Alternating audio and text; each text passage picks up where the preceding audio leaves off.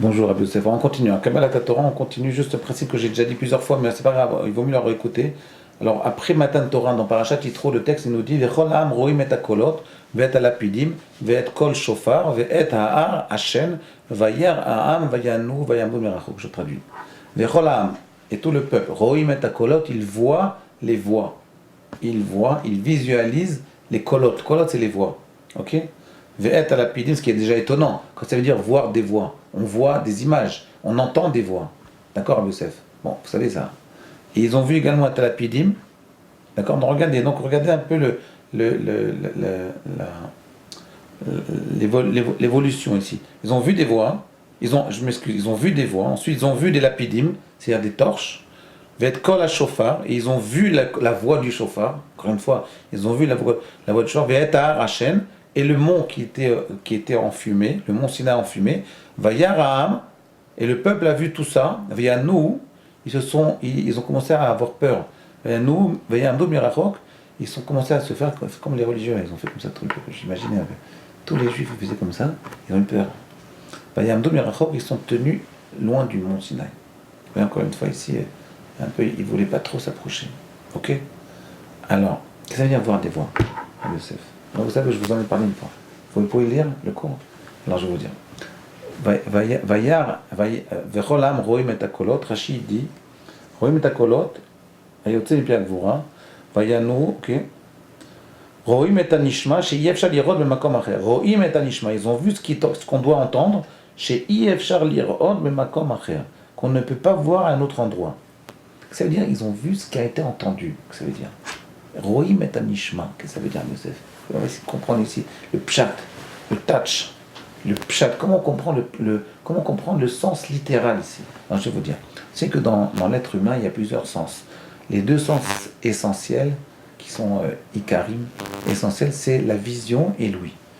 Quelle différence existe-t-il entre la vision et l'ouïe? Le Gaon de Vilna dans Michelet, il dit que la vision, ça correspond à la chokhma, et l'ouïe correspond à la bina. D'accord? Donc, la vision, c'est la chokhma, vous vous rappelez de ça, Yosef? Et la bina, c'est l'ouïe. Comme ça, le gars, on lui dit, mais fourrache. Explicitement, il dit ça. Non, écoutez bien. Qu'est-ce que ça veut dire voir? Quelle est la signification du terme voir? Alors, quand on voit, je vais vous dire, voir une image. Quand vous avez vu une image, Rabbi Yosef, la vision, c'est quelque chose qui est très superficiel. Vous avez vu une image? Cette image, elle reste en vous tout le temps. Vous ne pouvez pas dire, je ne l'ai pas vue. Imaginez, vous voyez une image interdite. Alors, vous l'avez vue. Vous ne pouvez pas dire je ne l'ai pas vue. Cette image, elle est fixée en vous, elle va se fixer, elle va s'accrocher au niveau de votre cortex, qui est ici la mémoire du cerveau humain, et elle va être entretenue dans cette mémoire toute votre vie.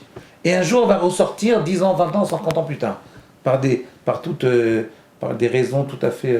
Bon, elle va ressortir, ou elle ne ressortira pas. Mais en tout cas, cette l'image que vous voyez, vous ne pouvez plus dire je ne la vois pas. D'accord? Par contre, cette image-là, elle est superficielle, c'est-à-dire ce que vous voyez, vous ressortirez 20 ans, 30 ans plus tard. Cette image-là, elle va se fixer dans votre cerveau, au niveau de la mémoire de votre cerveau, et après, vous pourrez la ressortir quand vous voulez, ou elle va rentrer dans l'inconscient, elle va ressortir une autre fois dans le conscient. Mais elle va être tout le temps la même. Il n'y aura pas d'approfondissement dans cette image. Alors que l'ouïe, le fait d'écouter l'ouïe, c'est exactement le contraire. Quand par exemple vous m'entendez, vous avez l'air très concentré quand je vous vois là. Je vois vos yeux là, vous êtes complètement concentré quand je vous parle. Mais en réalité, peut-être, vous dites, quand est-ce qu'il va finir? Il m'a fatigué. Peut-être vous pensez autre chose, peut-être vous n'écoutez pas du tout. C'est en réalité, l'écoute, elle correspond elle est dépendante du libre arbitre. Ça veut dire que quand vous voyez une image, vous l'avez vue, ça c'est fini, vous ne pouvez plus dire j'ai pas vu. Mais quand vous entendez une voix, vous pouvez dire je ne veux pas me concentrer, je ne veux pas entendre cette voix. Vous pouvez dire je ne veux pas écouter ce que la personne elle dit. Ce que je vous dis maintenant, vous entendez les voix, mais vous pouvez me dire je n'entends rien du tout, je ne veux pas entendre. Ce que j'entends, ça ne m'intéresse pas. Je ne veux pas me concentrer, je ne veux pas comprendre ce que vous dites. D'accord, Rabbi Yosef? Par exemple, je vais vous dire quelque chose. Si vous me dites, je vous dis par exemple, donnez-moi un verre d'eau. Vous avez entendu? Je ne peux pas dire je l'ai entendu. Ça s'appelle voir. Oui, cette écoute-là, cette phrase que vous avez entendue, en fait, ça s'appelle voir.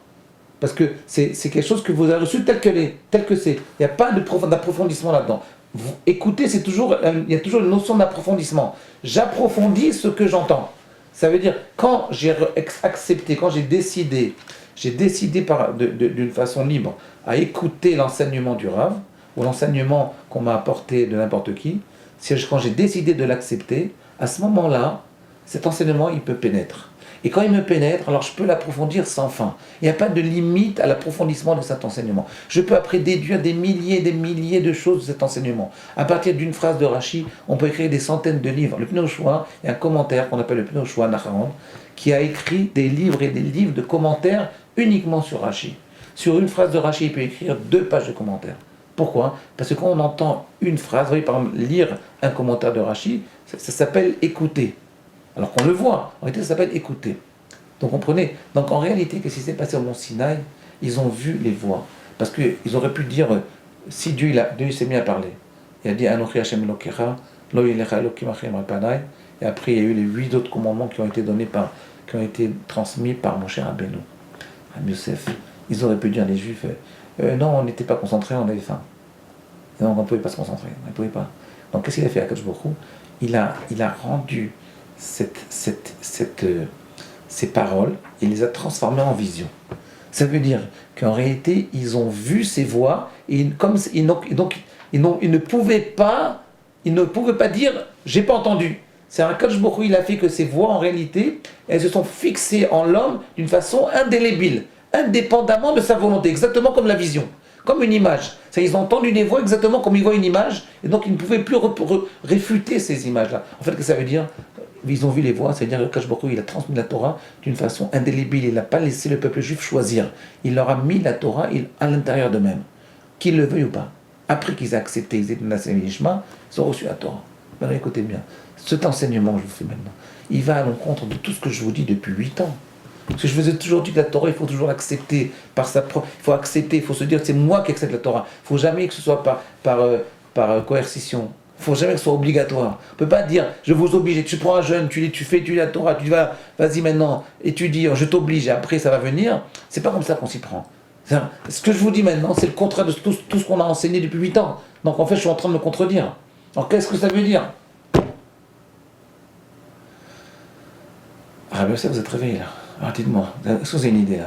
Est-ce que vous pouvez me répondre? Comment on peut répondre à cette question-là? Même si vous me dites après, Kiblou, Veidrou, Mimach, Hashverosh, qu'après la Gemara dit dans Shabbat, qu'après qu'il ait reçu d'une façon coercitive pendant le don de la Torah sur le mont Sinaï, à Purim, ils l'ont reçu avec joie.